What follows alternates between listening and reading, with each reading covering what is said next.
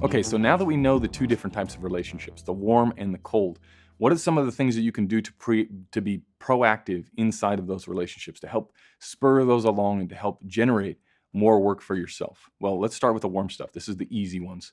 The warm ones, that the biggest one that people do not do. And I don't know why, maybe it's different personalities have different ways of talking about themselves, but you have to tell people what you do. So important, even on set. If you're working in another job, let's say you are a production assistant, be telling people not that you're a cinematographer, right? Because you're probably not a cinematographer if you're a PA. Right? We're probably not at that level yet. But tell them that you want to be a cinematographer, that you're looking for collaborators. Everybody on that set is another potential job opportunity, is another potential opening into a different network. Right? Because there are a lot of people that will be on set and they'll be working on a very high level commercial, but those don't come around that often. So maybe they have another business where they're the producer and where they do these small things for clients where you can help out. The main thing with warm relationships is tell them what you want to do. Tell them the work that you do now, what you want to do. Bring it up in conversation. Share it with everyone that you know. People ask you, this is what you do. If they need help in that area, you're the person to come to. And what will often be the case is at first it's going to seem a little bit weird because you don't have your whole pitch down, but you are in sales, right? If you're a freelancer and you're working job to job, you are constantly in sales mode. Whether or not you want to be or not, you are, right? And as you move up, the higher level people, right, they have to do this less because they have people that do it for them. Their reputation speaks for themselves. So this slightly goes away, but don't be fooled.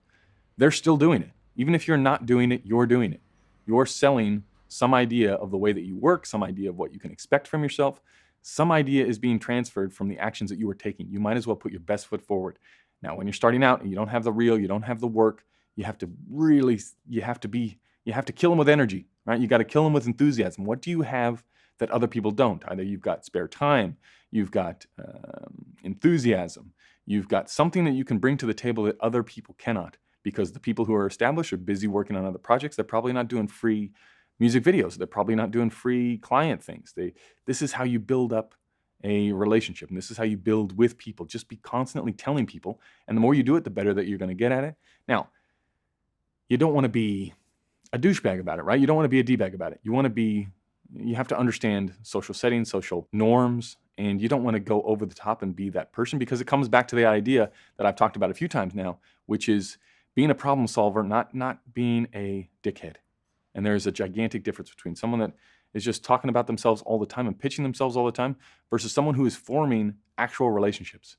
And in relationships with people on set, you have to remember that there's just normal life too. You can't always be pitching yourself. You have to find those right times and those right balances. There is nothing worse. And this is bad, right? If you do this, this is bad. As a cinematographer, you'll often hear people on set either telling the director or telling the producer that they too are cinematographers. This is a no. This is not good. So do not, in the middle of a commercial project, at lunch, go up and start talking to the director or talking to the producer, telling them that you're a cinematographer.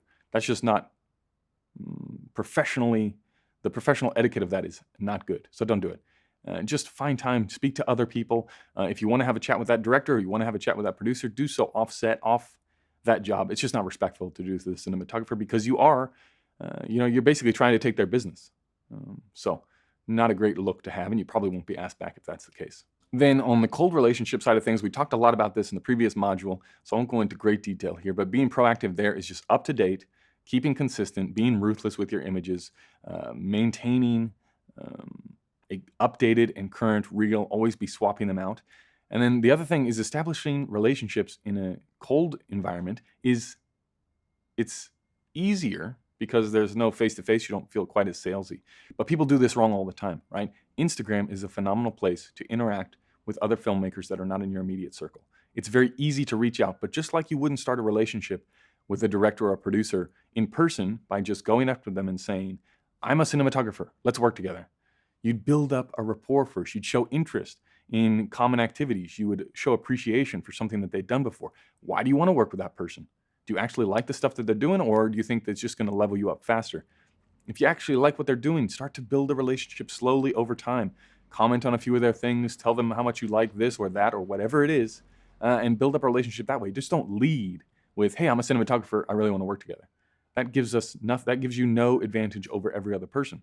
You build up a relationship by showing interest in like-minded things, and then you just ever so slightly drop the line that, hey, if you ever need anybody, if you ever need anything, this is what I can bring to the table. I've got this idea. If you go to them with ideas, even better, right? But just know that you don't have to be a pushy salesperson. In fact, pushiness in the freelance world doesn't go very far. So try and find that balance between investing in relationships online, but also trying to gather up that work, right? You're not going to jump on Instagram and get jobs in a week.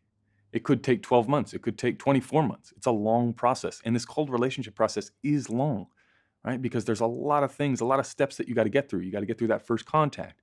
You got to get through the first awareness of you. What are you selling? Get on the website. That comes into play, that whole customer journey, how they get to you, how do they make that initial contact to bring you on a job. Think about it all, okay? So that's it. That's how you can be proactive in both the warm and the cold relationship side of things.